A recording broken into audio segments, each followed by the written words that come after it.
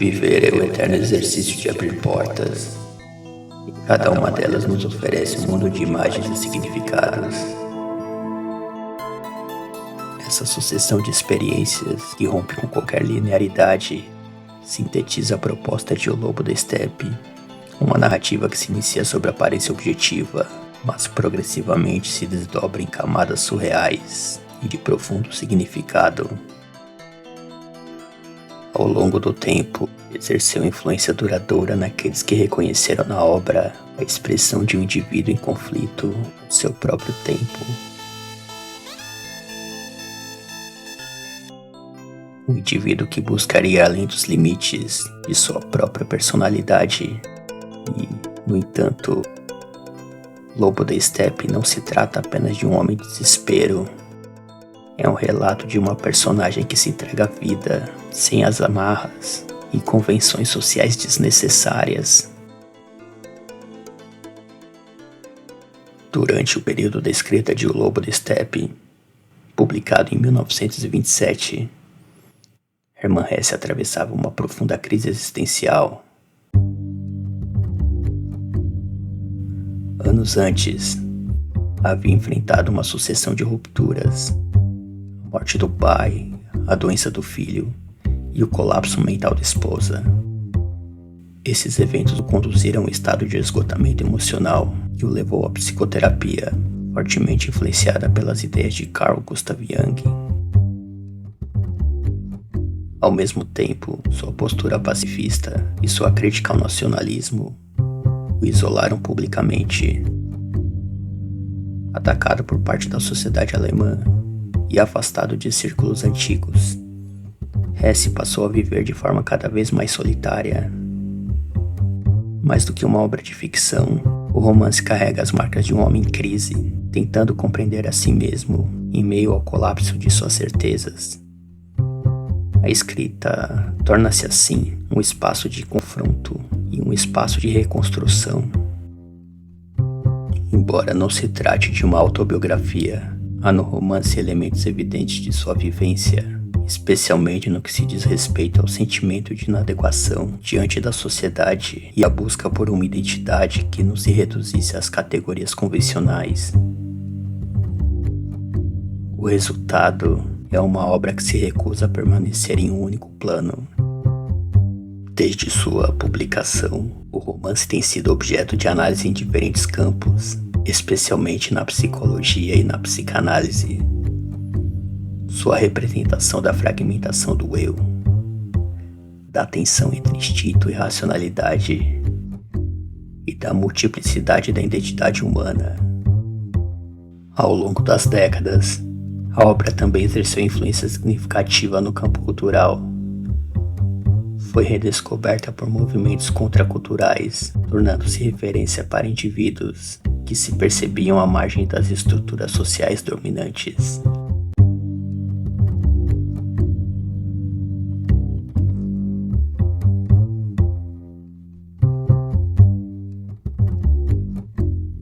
Harry Haller tem 50 anos, um homem à margem de si.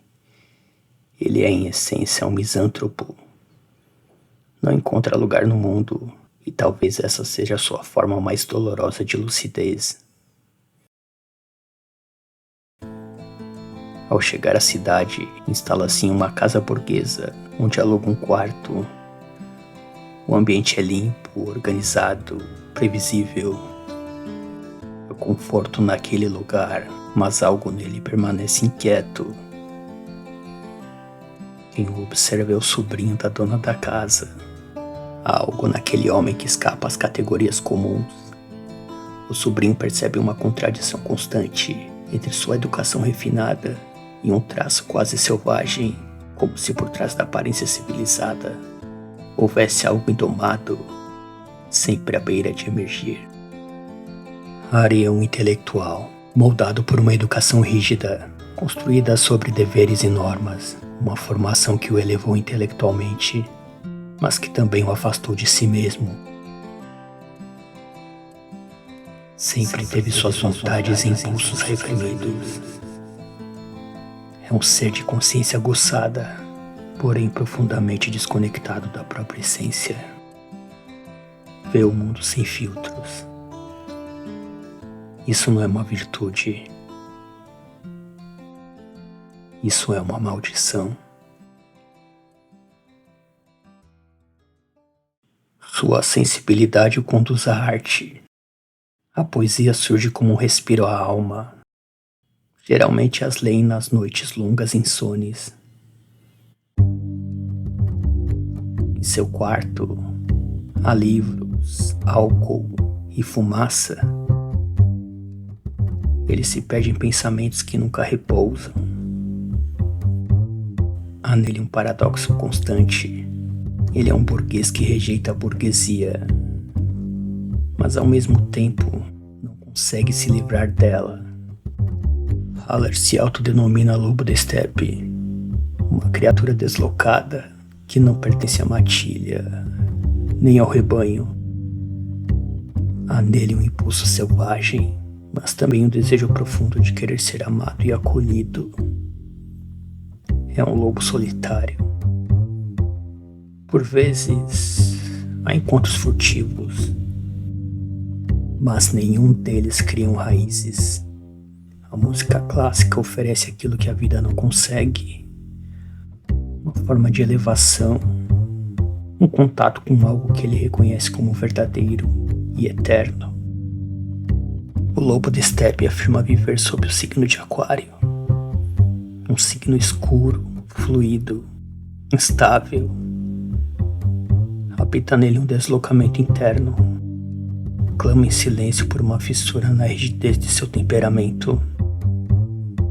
Com o tempo, ele desaparece, sem explicações, sem despedidas, mas deixa algo para trás. Um diário. Nas anotações de Harry Haller, encontra-se o Tratado do Lobo da Estepe, um mergulho profundo na dualidade do ser. Homem e lobo são forças coexistentes, opostas, intensas e de naturezas irreconciliáveis e ao mesmo tempo interdependentes. Para Harry, o homem é um animal selvagem, recoberto por uma fina camada de verniz, ao qual se dá o nome de civilização. Desde cedo, mesmo na pobreza, preferia a privação à perda de sua independência, usando qualquer forma de submissão em troca de conforto ou vantagem. Tudo que implicava obediência lhe era odioso, era como se fosse uma forma de confinamento. Até que ponto o homem pode resistir para viver de acordo com seus valores? Seria de bom tom por vezes ceder.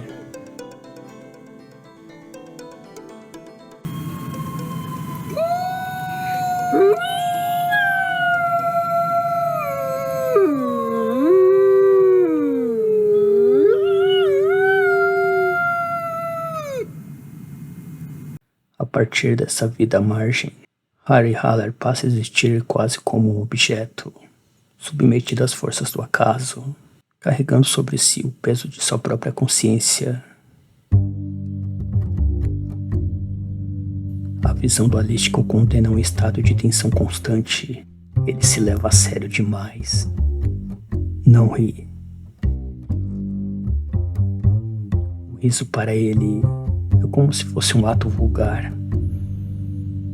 O lobo da estepe é um fruto de um homem ocidental que tenta escapar de sua própria limitação, criando personagens, narrativas e máscaras. No Oriente, essa multiplicidade encontra outra forma de expressão. Não por acaso, essas tradições exerceram profunda influência sobre Hermann Hesse, que via nelas uma possibilidade de escapar da rigidez do pensamento ocidental. Diferente do esforço ocidental de fragmentar-se por meio da arte, como tentativa de suportar a própria unidade, filosofias como o budismo e o hinduísmo já partem da ideia de um ser em constante transformação. A noção de reencarnação sugere que a existência se desdobra em múltiplas experiências ao longo longo do tempo, diluindo a angústia de um eu fixo e definitivo. No hinduísmo, a multiplicidade de deuses se expande como manifestações diversas de uma mesma essência. Já no budismo, o eu é um fluxo contínuo, em permanente mutação. Seria o lobo da estepe uma condição inevitável? Seria ele uma desculpa para se manter como é?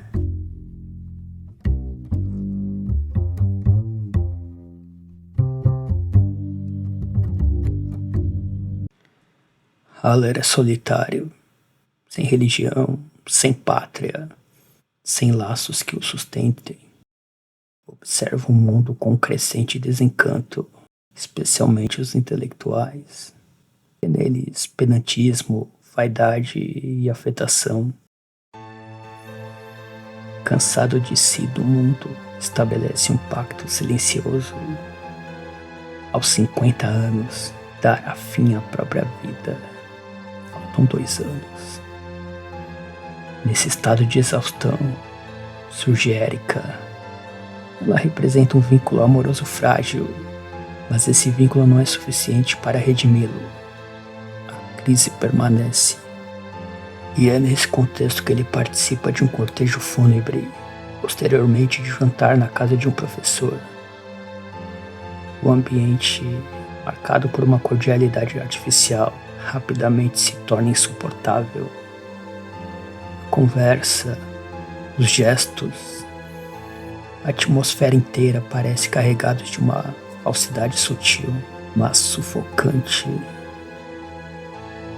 Harry sente-se deslocado, como se estivesse encenando um papel que já não consegue sustentar.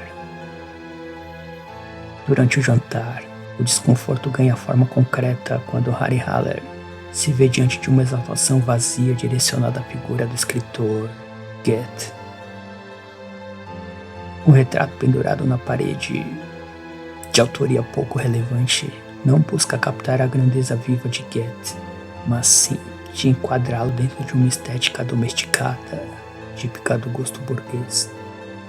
A figura ali representada é de um ícone polido e esvaziado de sua força original. Incapaz de suportar essa distorção, o lobo da estepe reage, envolve-se em um momento de atrito e, tomado por um impulso quase desesperado, abandona o local. Ao vagar em desespero pela noite, se depara com um elemento estranho, quase onírico. A menção em cartaz ao teatro mágico. Um convite enigmático, incompreensível à primeira vista, todavia profundamente perturbador. Há ali algo que o fascina, como se pela primeira vez surgisse a possibilidade de atravessar os limites da sua própria consciência. Esse encontro volta a sua atenção para outro objeto. Esse mesmo introduz uma rachadura em sua lógica rígida, com a qual ele vinha interpretando a si mesmo e o mundo. Ainda imerso em angústia, o lobo da estepe chega ao estabelecimento Águia Negra, um bar decadente, periférico. O ambiente é simples, quase gasto, com iluminação baixa. Mesas são marcadas pelo uso. Uma clientela que transita entre o anonimato e o cansaço. Esgotado, ali encontra uma jovem misteriosa que com leveza e ironia desmonta sua rigidez. Ao ouvir seu relato dramático e pesado, ela o consola, o acolhe e consta nas entrelinhas. Ele nunca aprendeu o essencial. Um impulso. Harry revela sua intenção de morrer naquela noite. Ela apenas o faz sentar e se afasta. Ele, naquele ambiente caótico, milagrosamente adormece. Em sonho, Goethe o adverte sobre o peso excessivo que dá a vida. Ao despertar, a jovem parte, deixando um reencontro em aberto. Harry volta para casa, sentindo-se vivo pela primeira vez.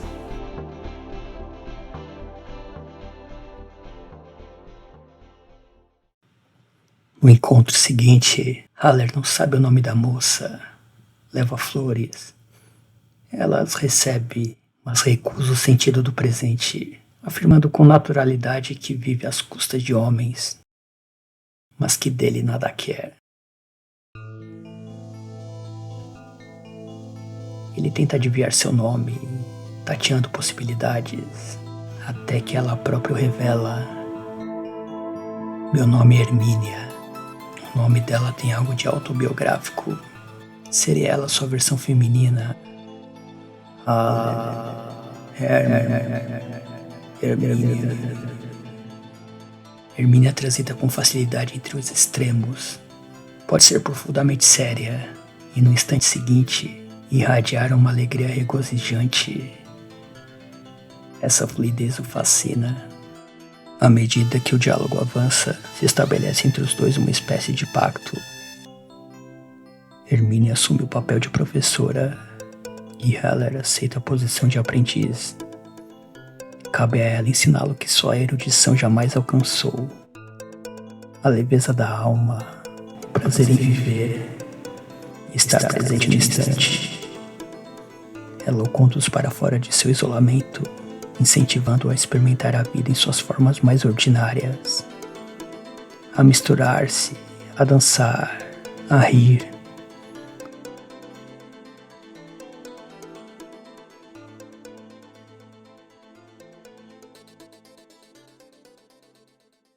É um deslocamento radical do pensamento para a experiência. Sugere que comece a aprender a dançar e que leve essa experiência para dentro de sua própria casa. Para isso, bastaria adquirir um gramofone, um objeto simples, quase banal, mas que simboliza uma abertura, a entrada do ritmo no corpo e alma. Sua vida anterior carrega os traços de um homem profundamente inserido no mundo das ideias, ligado à escrita, às teorias, à reflexão e ao debate intelectual.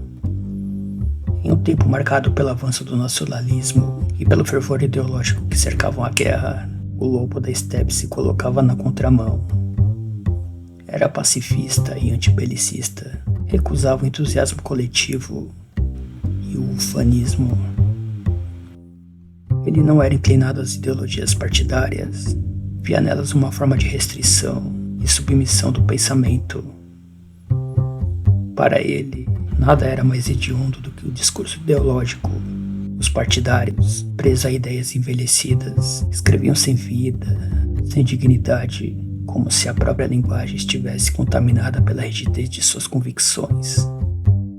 Hermínia então começa sua tarefa. A tarefa é de ensinar Harry a viver. Na casa dele, dá início às primeiras lições de dança. O homem que dominava ideias complexas agora precisa aprender a mover o corpo e a sentir a música. No dia seguinte, combinam de ir a um restaurante, onde ele seria colocado à prova. E é ali que Harry Haller começa a entrar em contato com o mundo cotidiano. Um mundo de música, de encontros, de gestos simples. Hermínia o instiga a dançar com uma jovem de vestido de veludo vermelho e cabelos curtos. Ele hesita por um instante, mas depois aceita. No início, seus gestos são rígidos, quase mecânicos, como se o corpo ainda estivesse submetido à lógica do pensamento controlador e analítico. Mas aos poucos, ele se solta. Mais tarde descobre o nome de sua parceira de dança. O nome dela é Maria. A partir daí os desafios se ampliam. Não basta aprender o básico, é preciso avançar. Hermínia o conduz por diferentes estilos, como o jazz, o foxtrot e o boston, danças que à época carregavam o espírito de uma modernidade inquieta. Eram ritmos populares, associados à vida urbana, à liberdade dos corpos, muitas vezes vistos pelas gerações mais tradicionais como excessivos, quase indisciplinados. e até mesmo selvagens. Cada passo aprendido funciona como libertação íntima. Tudo aponta para um objetivo maior: o baile das máscaras. Após aprender os primeiros passos com Hermínia, o lobo da steppe aprofunda sua transformação. Surge Pablo, figura leve que revela com simplicidade a capacidade de Haller de sorrir. Entre eles forma-se um contraste. Enquanto Haller busca sentido elevado, Pablo vive somente o instante. Hermínia, por sua vez, o conduz não apenas à dança, mas à experiência no mundo sensível. O pensador envelhecido em ideias ainda engatinha na arte de viver. E esse aprendizado se estende ao amor, que deixa de ser idealizado para tornar-se vívido. Com Maria, ele experimenta essa nova forma de entrega ao prazer e sensações. Ao final, segue em busca de si, entre despedidas incertas e possibilidades abertas. No baile de máscaras, toda a cidade se reúne. Haller chega disposto a se divertir, mas a alegria lhe parece artificial e opressiva. Prestes a partir, encontra uma mulher mascarada e a beija. Era Maria. Opta assim por ficar. Ao reencontrar Hermínia, agora vestida de homem, algo se intensifica. Ele se entrega à dança, à euforia, dissolve-se na multidão. Experimenta uma rara sensação de unidade. O beijo entre eles marca o ápice desse estado. Subitamente, o cenário derrete num grande êxtase. Agora ele desperta num espaço vazio e desconhecido. Pablo revela que tudo ali é uma projeção de sua alma. Infinitas portas surgem nesse grande teatro mágico. Cada uma delas revela um fragmento de si, que compreende as múltiplas possibilidades de existir.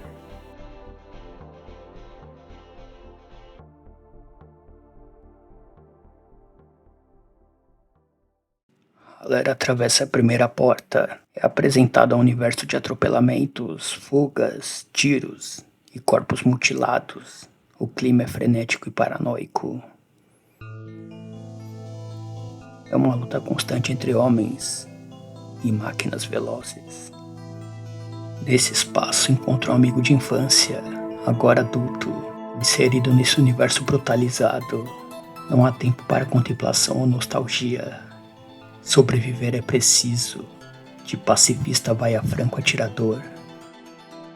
Posicionado no alto de uma casa ou na árvore, com visão para a estrada, Harry passa a observar os carros que avançam em velocidade máxima. Um a um, os motoristas são abatidos. Cabeças explodem.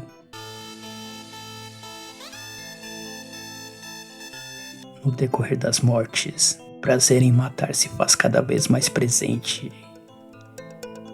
Entre disparos e corpos tombados, a diversão estava garantida. Os racionais encontram na ideologia um pretexto em lei ou decreto para matar, sejam eles bolcheviques ou americanos. Harry Haller dispensa qualquer construção social ou política. Havia nele apenas o desejo de reduzir a população da Terra. Assassinar era preciso. O homem ordinário não mata. Mas será se ele receber uma ideologia, uma promessa de paraíso e muito dinheiro, ele não puxaria o gatilho?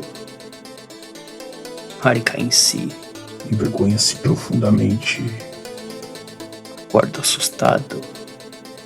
Ainda existem outras portas a serem abertas.